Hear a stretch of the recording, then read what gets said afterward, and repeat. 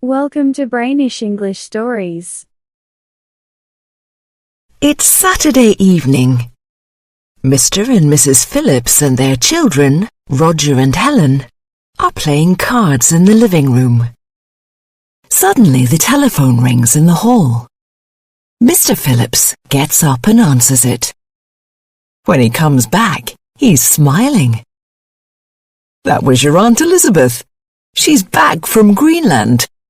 She's coming to see us tomorrow morning, and she's got a surprise for you too. A surprise for us? What is it? Roger and Helen shout. I don't know, says their dad. She says that it's a secret. And now it's time for bed. Come on, Dad, one more game. Oh, okay. Then straight to bed. The next morning the doorbell rings. Roger and Helen run to open the door. It's Aunt Elizabeth, and she's got a big metal box. She hugs the children. Then she opens the box very carefully. It's full of small pieces of ice. She puts her hand into the ice and she slowly takes out a big egg. This egg is from an ice cave in Greenland. It's very special. Now, I need your help. What do you want us to do? Asked the children. I want to see what happens when we put the egg in a warm place. There is no heating in my office at the museum during the summer, says Aunt Elizabeth. I thought I could leave it here. Yippee! An experiment! Shout the children. They get a cardboard box and put the egg inside. Then they put the box next to the radiator in the kitchen.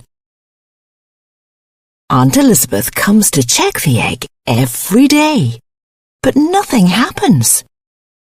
Then, one day while the children are having their breakfast, they hear a noise. Look at the egg! Shouts Helen. Something's happening. It's cracking. Slowly, a long beak appears. It's a bird, says Roger. No, it isn't, answers Helen. It hasn't got any feathers. Of course it's a bird, stupid. Baby birds haven't got feathers. The animal opens its beak. Let's give it a sausage, says Roger. Helen gives a sausage to the animal. The animal is very hungry. It eats 5 sausages, 2 cooked tomatoes, and 6 pieces of toast. A month later, the family are having dinner. That thing's growing very fast, says Mum. And it's always very hungry, answers Helen. Roger thinks that it's a bird, but I don't think so. It still hasn't got any feathers. What does Aunt Elizabeth say? Asks Mum. I don't know. She's away on another trip, and she isn't coming back for a few weeks. Let's check what it is, Dad says, and gets up. At that moment, the animal spreads its wings, flies over to the table, and grabs Dad's fish. The children laugh. Mum is not so happy. Get off the table, she shouts. Dad goes to his computer. Hey, come and look. I know what it is. It's a pterodactyl. A pterodactyl? Shout the children. Yes, they lived a long time ago. They're a type of dinosaur. Pterodactyls can fly.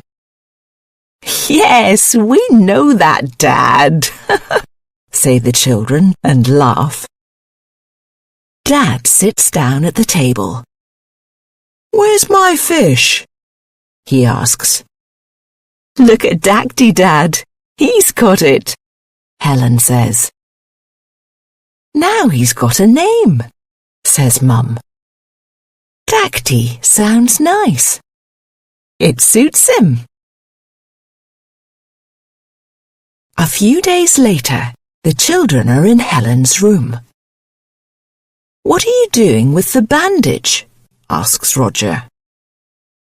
There is something wrong with Dacty's wing. My room is too small and he keeps banging his wings against the walls and furniture. He can't fly. I feel sorry for him. And he is always hungry.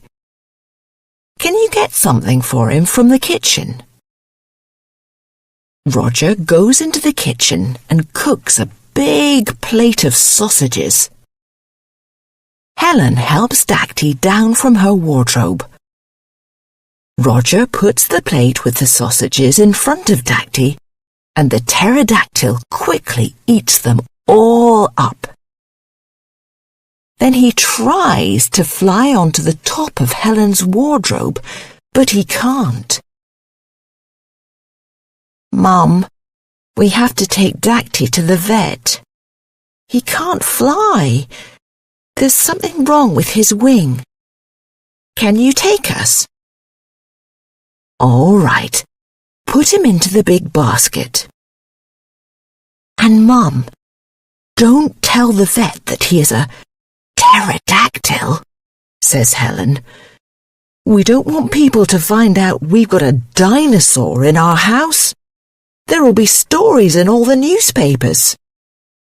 Okay, I won't say a word, says Mum. When they get to the surgery, the vet looks very carefully at Dacty. The wing is not broken, but it needs rest. I'll put a splint on it, and it will be better soon. But what sort of bird is this? What happened to his feathers? Oh, he's a special turkey from South America, and they don't have feathers, says Roger. Oh, yes, of course, says the vet, but she looks a little confused. 2 weeks later, Dacty's wing is better. Helen and Roger want to see if he can fly. They wait until it is dark, and they take Dacty outside into the garden in a big basket. Come on, Dacty. Now you can really fly, says Helen. But Dacty doesn't want to get out of the basket. He is holding his blanket in his beak. I think he's cold, says Roger. I don't think so, says Helen. He's afraid. Helen and Roger take Dacty out of the basket.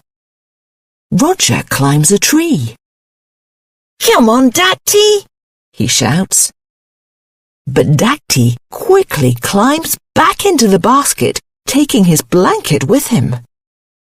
Let's take him back into the house and phone Aunt Elizabeth.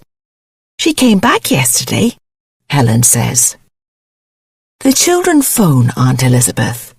They tell her that Dacty can't fly in Helen's room, and he doesn't want to fly in the garden. Aunt Elizabeth tells them that pterodactyls lived at a time when it was very warm.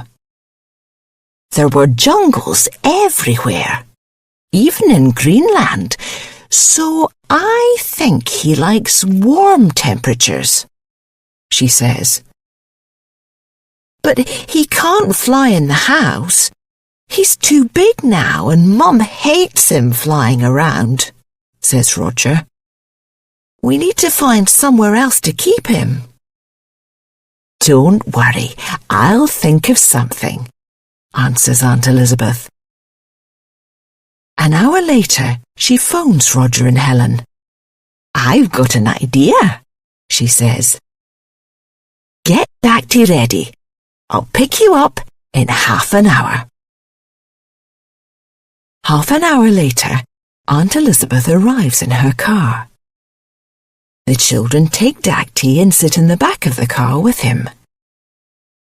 "Where are we going, Aunt Elizabeth?" they ask. "To the museum. My office is very big. It's perfect for Dacty during the day. And at night, when the museum is empty, Dacty can fly around and look at all the wonderful things we have. I can't believe I didn't think of it before." "What will he eat?" asks Helen. "There's a restaurant in the museum. The cook, Mrs. Robinson, is my friend. I can ask her to feed Dacty." At the museum, they take Dacty out of the basket. He stretches his wings and hops on top of a stone lion. "Can he see in the dark?" asks Roger. "Yes, they see very well in the dark, just like owls," explains Aunt Elizabeth. "Look!" shouts Helen. Dacty takes off and flies high up. Then he lands on a stone statue. Aunt Elizabeth takes some sandwiches out of her bag. She holds them out to Dacty. The pterodactyl flies down and takes them. Then he flies up to the top of the statue again. "He likes it here," says Helen. "Bye, Dacty," they shout. "See you tomorrow." 6 months pass, and Dacty is very big now. During the day, he sleeps in Aunt Elizabeth's office, and at night he flies around the museum. But one night, something strange happens. At midnight, Dacty sees lights moving inside the museum. He flies closer to see what is happening. There are 2 men with torches inside the museum. They are wearing masks and they are trying to open a case. Inside the case, there is a mummy. Suddenly, one man looks up and sees the pterodactyl. He is very scared. "Look, Bert," he says to the other man. "There is a huge bird up there." The other man looks up, but Dacty doesn't move. "Shut up, Eric. Don't be silly. It's only a statue," the man says. "Come on. I'll open the case. You look for the gold medallions." While Bert tries to open the case, Dacty flies down and grabs Eric. The thief is so scared that he can't say a thing. Dacty flies up and leaves him on top of a statue. He's stuck. Bert is so busy opening the case that he doesn't see what is happening. "Hey, where's the drill?" he says, but there is no answer. "Eric? Where are you, Eric?"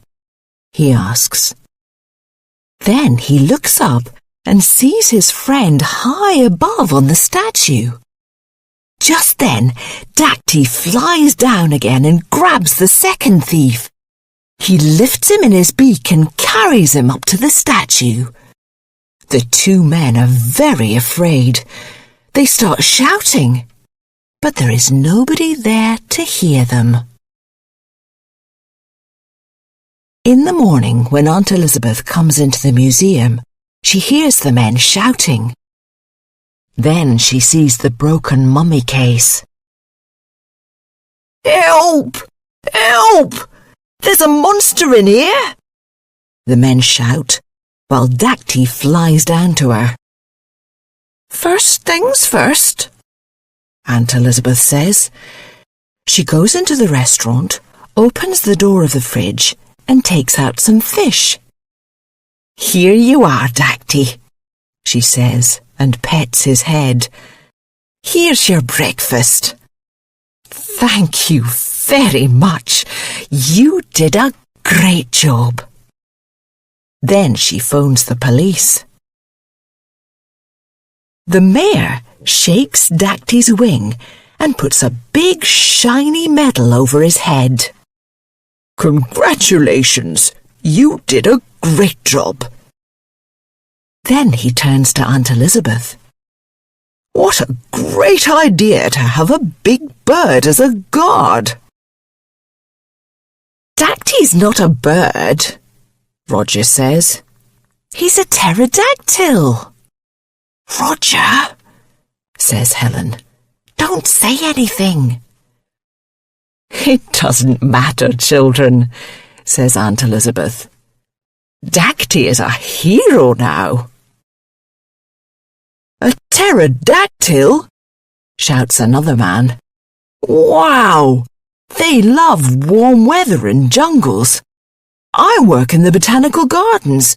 We have a wonderful palm house.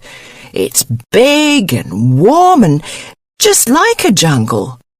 Your pterodactyl will love it there. We can feed him well and you can come to visit when you want. So now Dacty is living in the palm house at the botanical gardens. Roger and Helen visit him every day after school and bring him nice things to eat. One evening, Aunt Elizabeth comes with them.